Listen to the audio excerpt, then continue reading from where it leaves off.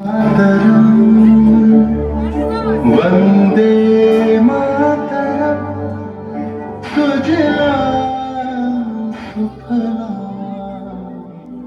Malay शीतल शस्य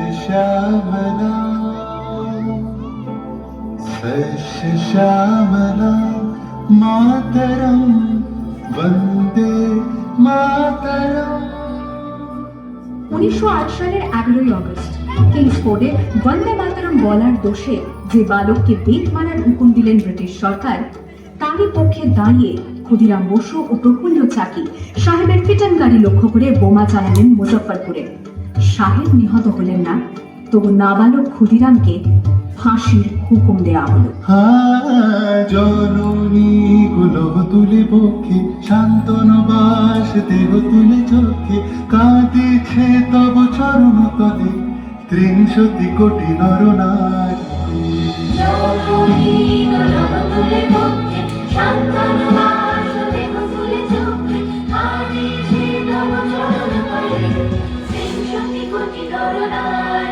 যারা স্বর্গগত তারা এখনো চলে স্বর্গের যে প্রিয় জন্মভূমি, এসো স্বদেশ তোদের মহাদীক্ষালু সেই মৃত্যুঞ্জয়ের চরণচূড়ি। যারা জীর্ণ জাতির বুকে জাগালো আশা, মন মনের মুখে জগালো ভাষা, আজি রক্ত কমলি গাথা, আজি রক্ত কমলি গাথা মাল্য খালি বিজয় অক্ষি দেবতাদের করে।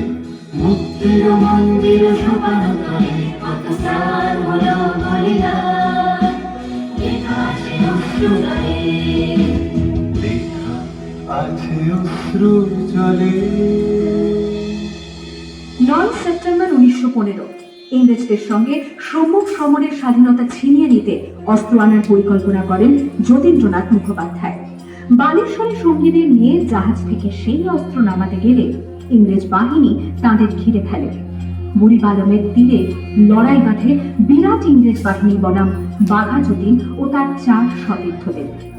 এককালে শুধু ভোজালি হাতে যিনি বাঘ মেরেছিলেন, সেই বীর সেদিন লুটিয়ে পড়লেন।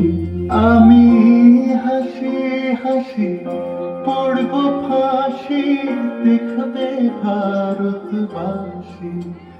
ও মা হাসি হাসি পড়ব ফাঁসি, দেখবে ভারতবাসী। একবার বিদায় দে মা, ঘুরে আসি।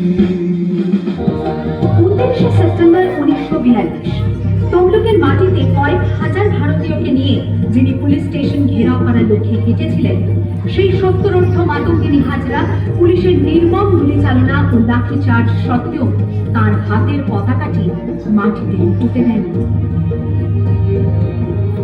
আর ঠিক তার পরের বছর 1943-এর 30শে ডিসেম্বর জাপান সরকারের অধীনে থাকা আন্দামান দ্বীপ সেদিন হস্তান্তর করা হলো Indian national আর্মিকে।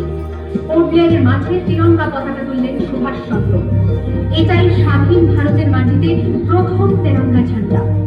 আইএনএর commander in chief Subhash Chandra Bose হলেন ভারত, যাকে স্বীকৃতি দিয়েছিল 18টি দেশ।